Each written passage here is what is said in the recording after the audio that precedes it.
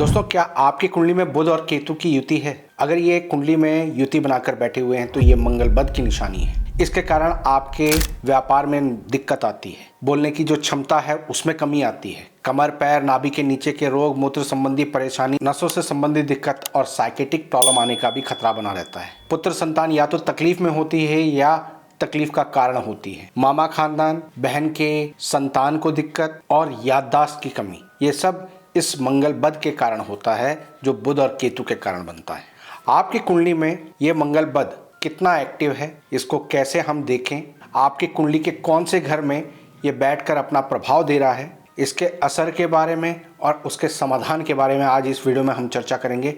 नमस्कार दोस्तों, मैं रविंद्र रावत आप सभी का स्वागत करता हूं आप ही के चैनल। दोस्तों, एक जानकारी, एस्ट्रो रावत मेंबरशिप लाइव हो चुका है। सिर्फ 59 रुपीज़ में आपको बहुत सारे फायदे मिलेंगे, जैसे हमारे आने वाली वीडियो का early access, member shout outs जिसमें आपका नाम लाइव स्ट्रीम और वीडियोस में लिया जाएगा, लॉयल्टी बैजेस और कस्टम इमोजीज आपको मिलेंगे और मेंबर ओनली शॉर्ट्स। आपके कमेंट्स पर हम पर्सनलाइज आपके अनुसार शॉर्ट्स बनाएंगे जो केवल आपके लिए होंगे।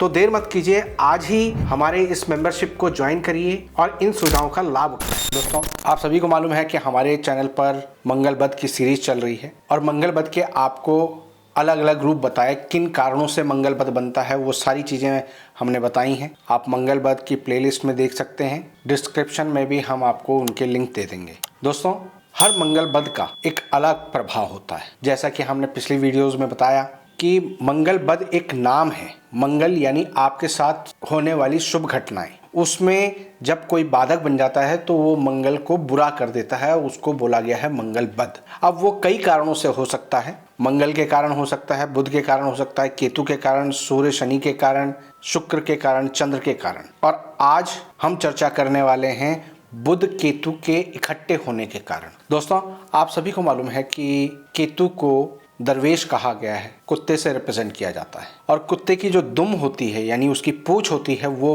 बुध है। इस युक्ति को समझने के लिए आपको ये समझना होगा कि एक कुत्ता अपनी दुम को जब दबाता है, जब वो डरा हुआ होता है तो वो अपनी इज्जत उसी पूंछ के द्वारा बचाता है। लेकिन यहाँ पर अब कुत्ते की पूंछ कट गई है, कुत्ते की पूंछ उसका साथ नहीं दे रही, तो वो अपनी इज्जत नहीं बचा सकता। यानी इन इंसान के साथ लाइफ में कुछ ऐसी जबान के द्वारा बात कह दी जाती है, लापरवाहियां हो जाती हैं, एक्शन ले लिए जाते हैं जिनका थोड़े टाइम बाद रिग्रेट होता है। ये इंसान करने के बाद सोचता है कि मैंने ये क्या कर दिया, या कोई घटना घटी, वहाँ पर जो एक्शन लेना चाहिए था, जो रिएक्शन देना चाहिए था, वो उस समय कुछ नहीं कर पाया, उस समय उसका दिमाग नहीं चला और जब वो घटना घट के सब अपने अपने स्थानों को चले गए तब बाद में दिमाग में आ रहा है कि मैं यहाँ पर ऐसा कर देता, मैं ऐसा सोच लेता, मैं ये एक्शन कर देता। ये वाला पछतावा इनके साथ हमेशा चलता रहता है। आम तौर पर जब भी बुध और केतु कुंडली में इकट्ठे कहीं पर बैठ रहे हों तो ये हमेशा दोनों बुरा असर देते हैं, अशुभ असर देते हैं। बुध कई बार फिर भी शुभ असर दे सकता है, लेकिन केतु तो नीच ही प्रभाव देता है, यानी कमर पैर नाभि के नीचे के रोग, मूत्र संबंधी परेशानी उभर कर आ जाती हैं। और जिनकी कुंडली में भी ये बुध केतु की युति बनती है, अक्सर इन लोगों के लगभग 13 साल की उम्र से लेकर 15 साल की उम्र तक ये चीज़ें उभर कर आती हैं। बच्चे में ये प्रॉब्लम आती है, अचानक उसका पढ़ाई में व्यवधान आ जाते हैं, एक्सीडेंट हो जाता है, चोट लग जाती है, पथरी वगैरह हो जाती है, कमर में दर्द, चोट लग जाती है। और जब ये 48 क्रॉस कर लेते हैं उसके बाद इनकी बीमारियां उभर कर आती हैं। लेकिन ये युति अगर बुध जहां पर अशुभ होता है उन घरों में हो तो नसों से संबंधित परेशानी, पागलपन, बिजनेस में लॉस होना, दिमाग का प्रॉपर ना चल पाना, ऐसी प्रॉब्लम्स आती हैं। आपकी कुंडली में पहले घर से लेके ये 12वें घर में किस किस तरह से असर देंगे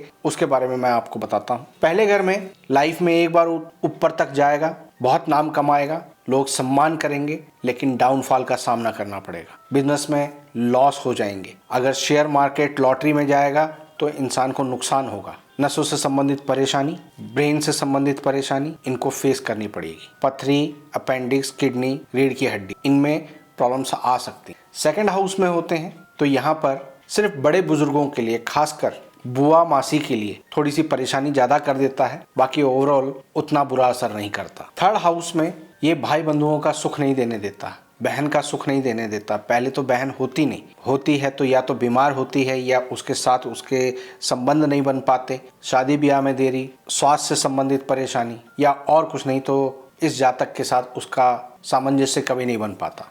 बहन ही प्रॉब्लम का कारण बन जाती है।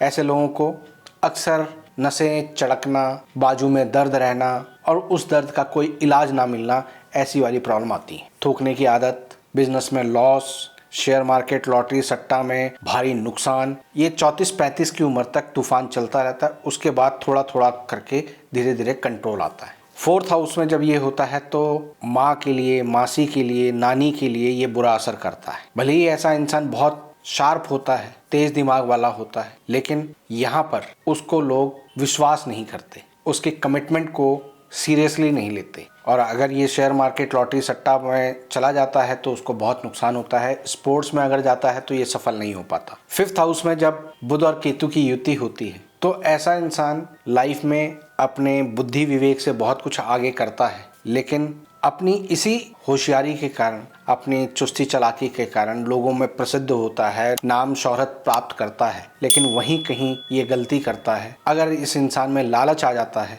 जल्दी अमीर बनने की चाह आ जाती है, तो ये कोई ऐसे जगह पर साइन कर देता है, कहीं पर ऐसे डॉक्यूमेंट्स या किसी की झूठी गवाही दे देता है जिसके कारण इन पर एलिगेशन लग जाता है और कई बार तो कोर्ट कचहरियों के चक्कर काटने पड़ जाते हैं। जब सिक्स्थ हाउस में बुध और केतु हूं तो ये दोनों अपना अपना अलग अलग असर देते हैं। अब यहाँ पर ज्यादातर जो प्रॉब्लम आती है वो कमर पैरों की तकलीफ, नाभि के नीचे के रोग, मूत्र संबंधी परेशानी, रीढ़ की हड्डी, मामा पक्ष कमजोर, ये सारी परेशानी आती है और पुत्र संतान के लिए तरसना पड़ता है या पुत्र संतान को दिक्कत होती है। सेवेंथ हाउस में बुध केतु की युति में अक्सर पत्नी के स्वास्थ्य में दिक्कत रहती है, स्त्री को गुप्त रोग हो जाते हैं, कमर पैरों की तकलीफ हो जाती है, और जो मियाँ बीवी के बीच में संतान पैदा करने की क्षमता होती है उसमें कहीं ना कहीं कमी आ जाती है। नसें कमजोर होना, मेंटल डिस्टर्बेंस होना, ये दोनों में से किसी एक को जरूर होता है। आठवें घर में पुत्र संतान के लिए बहुत ज्यादा दिक्कतकारी होता है, साथ ही बिजनेस में लॉस होते हैं। ऐसे लोगों के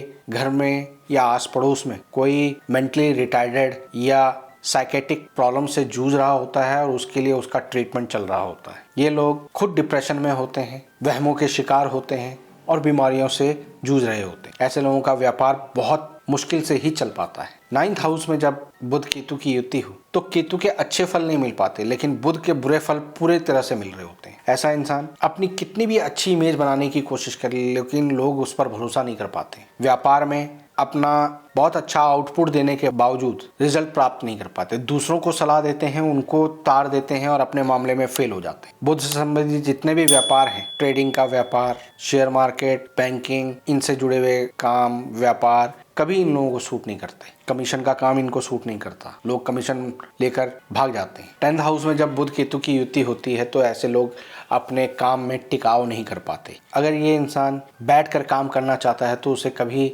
सफलता नहीं मिलती। वहीं ट्रैवलिंग, कमीशन, इनसे जुड़े हुए काम करता है तो लाभ मिलता है, मगर शेयर मार्केट, लॉटरी, सट्टा, ये सब कुछ इनको सूट नहीं करता। बुआ मासी में से कोई एक की परेशानी हमेशा बनी रहती है। 11वें घर में 34 की उम्र तक ऐसे लोगों की बुद्धि ढंग से नहीं चल पाती। अपनी टांग ऊपर रखना, दूसरों से बहस करना, अपने आप को सुप्रीम मानना, ये इनकी कमी होती है। कमर पैरों की तकलीफ होती है, लॉस करते हैं, मगर 34 के बाद इनके अंदर सुधार आना शुरू होता है। ये लोग अपनी इनकम को लेकर कभी भी एक स्टेबल इनकम में नहीं आ पाते हैं, बहुत ज्यादा फ्लैक्चुएशन इनकी इनकम में बनी रहती है। 12वें घर में इस युति के कारण नींद ना आना, नसों से संबंधित परेशानी, सर पर चोट आना, गुम चोट लगना, फिजूल खर्ची करना और शॉर्टकट इनकम के चक्कर में अपने बड़े बुजुर्गों के, माता पिता के एसेट को खराब करना, ये इनके साथ होता है। और लगभग 34 के बाद थोड़ा थोड़ा ठहराव आना शुरू होता है। अगर ये लोग अपने जन्म स्थान के समय के अनुसार बिल्कुल अपोजिट जगह यानी विदेश में जाकर रहना शुरू कर देते हैं या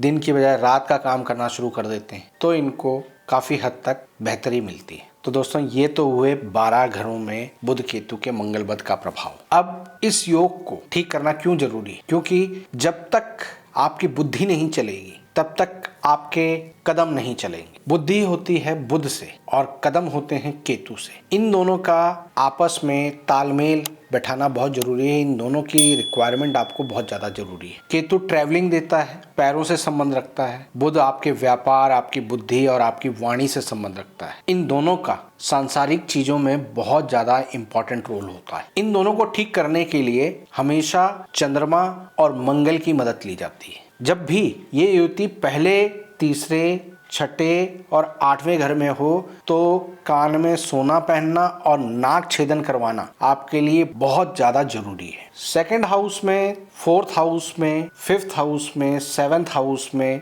9th हाउस, 10th, 11th और 12th में हो तो उस समय पर आपकी कुंडली में मंगल जहां पर भी बैठा हो उसको मजबूत करें।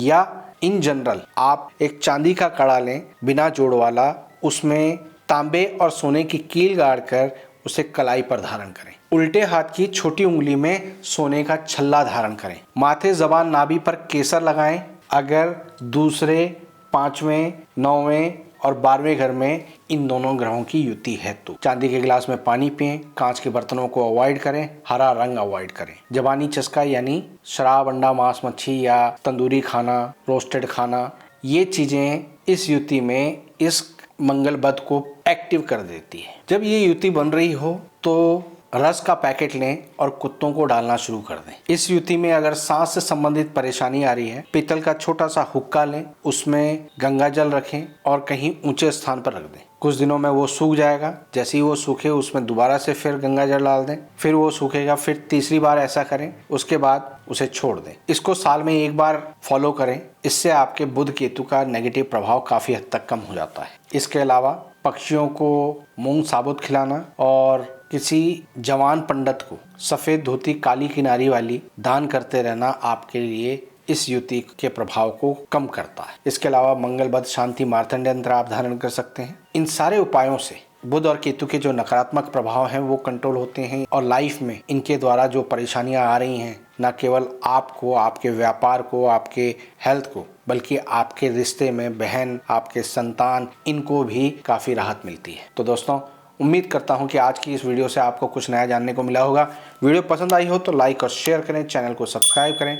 फिलहाल के लिए मैं अपनी वाणी को विराम देता हूं। ओम नमः शिवाय।